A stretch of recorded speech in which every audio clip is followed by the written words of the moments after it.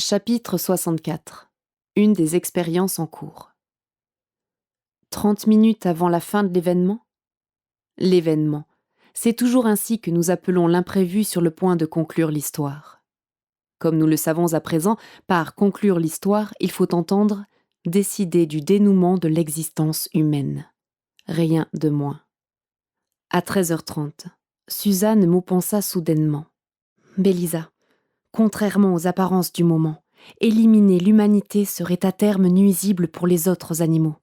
Certes, ce serait un avantage pour eux dans l'immédiat, mais une perte dans le futur. Le caractère inattendu et l'audace de cette déclaration surprirent tout autant Bélisa que les deux hommes et la générale. Cette dernière se départit même de son détachement pour écouter. « J'ai hâte d'entendre tes explications », dit la femelle gorille. « Grâce à leur technologie, » reprit Suzanne, les êtres humains vivent en moyenne plus confortablement que les animaux sauvages livrés aux menaces de la nature. Prédation, sécheresse, incendie, famine, parasites, inondations, canicules ou grand froid, maladies, violences climatiques. Beaucoup meurent, beaucoup survivent dans la souffrance. Nombre de ces existences n'ont rien d'enviable. Si l'humanité venait à disparaître, tous les tourments qu'elle inflige aux autres animaux cesseraient. Mais toutes celles qui sont inhérentes à la vie sauvage demeureraient. Elles demeureraient pour toujours.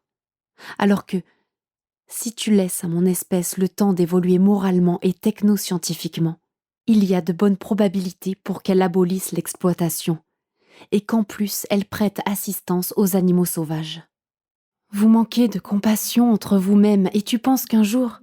Suzanne répondit sans hésiter, avec une conviction qui imprégnait ses mots. Réalise que partout la biomasse a toujours été en compétition. Dans la forêt, l'arbre le plus haut ravit la lumière aux autres.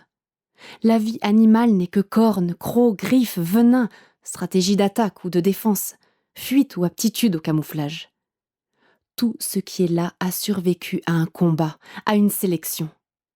Depuis toujours, l'existence est une lutte, et la guerre n'a jamais cessé que pour les perdants et les perdantes.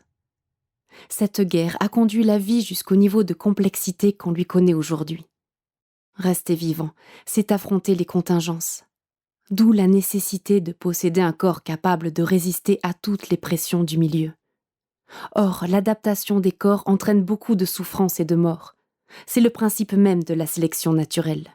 Cela justifie-t-il votre industrialisation de la torture et du meurtre ? Bien sûr que non. Je ne vais pas te servir du « le lion mange la gazelle ». Je veux seulement solliciter ton indulgence, car c'est dans ces conditions que l'humanité a survécu jusqu'à présent. Son cas est comparable à celui d'un soldat qui n'a connu que la violence de la guerre, la mort brutale de ses camarades autour de lui. Pour ce soldat, une vie n'aura pas la même valeur que pour une personne qui n'a jamais côtoyé de semblables atrocités.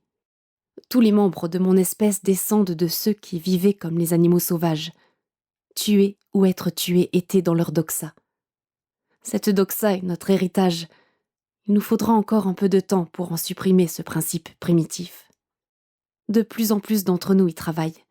Des philosophes, dits interventionnistes, s'intéressent même aux possibilités de réduire les souffrances de la vie sauvage. Oui, j'ai vu ça sur Internet, dit Bélisa. Continue. Dis-moi ce qui t'amène à espérer que l'humanité se bonifiera au point de non seulement cesser sa prédation, mais aussi aider les autres animaux.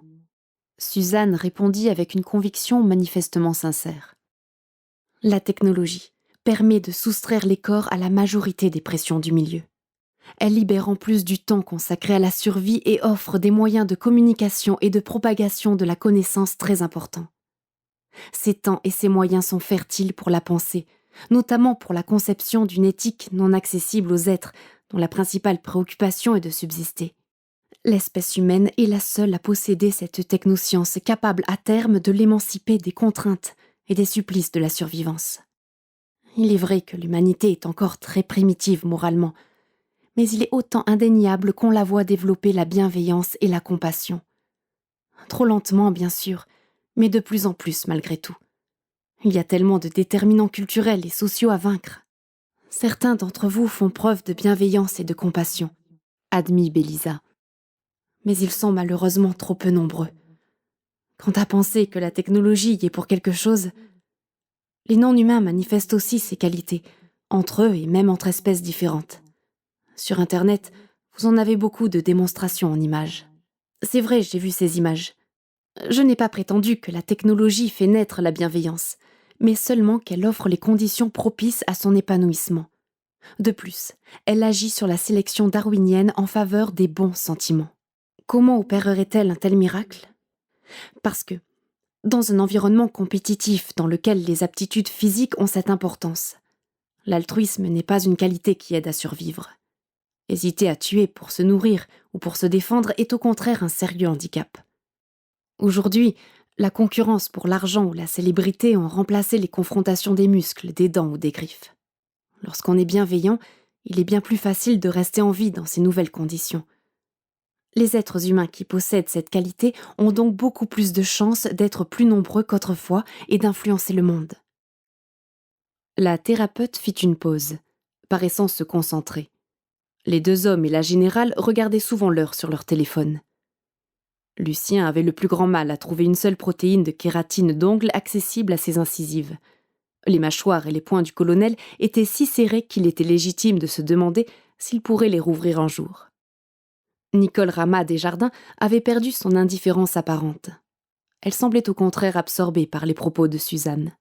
Cette dernière reprit. « Notre éthique évolue plus lentement que notre science, je te l'accorde. Pourtant, le temps qu'il nous faudra pour étendre notre cercle d'empathie au-delà de notre propre espèce ne se compte plus en millions d'années, pas même en milliers d'années. De plus en plus de personnes humaines s'indignent de l'existence de la corrida, qui finira par disparaître, comme ont disparu les combats de gladiateurs. Je suis sûre que notre sens moral évoluera de plus en plus vite au fur et à mesure que nos moyens de communication fortifieront notre conscience commune et que la pauvreté reculera.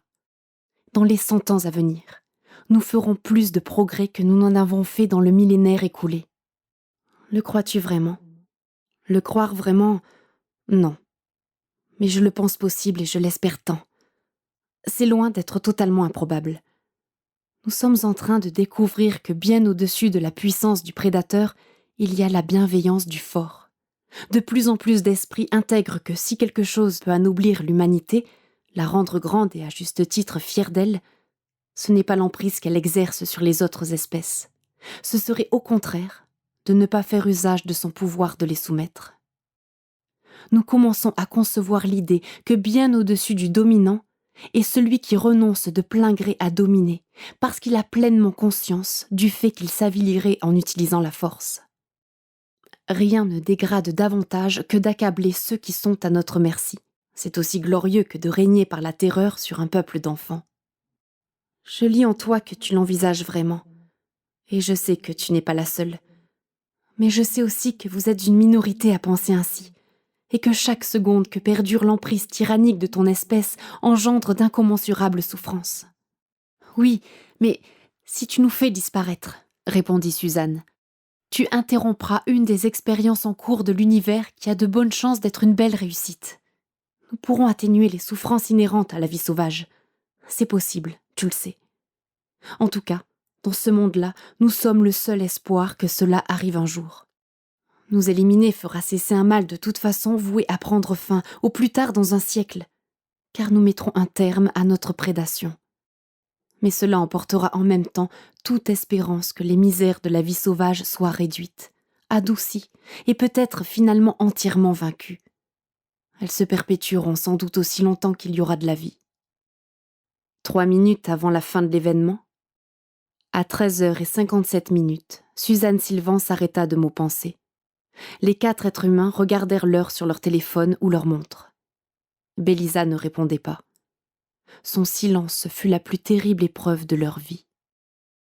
2 minutes et 44 secondes avant la fin de l'événement, à 13h58 et 16 secondes, un train de mots pensés atteignit leur conscience.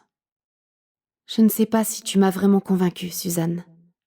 Non, je ne le sais pas encore. Mais je retarde le départ des pandémies. Je dois réfléchir à ton argument.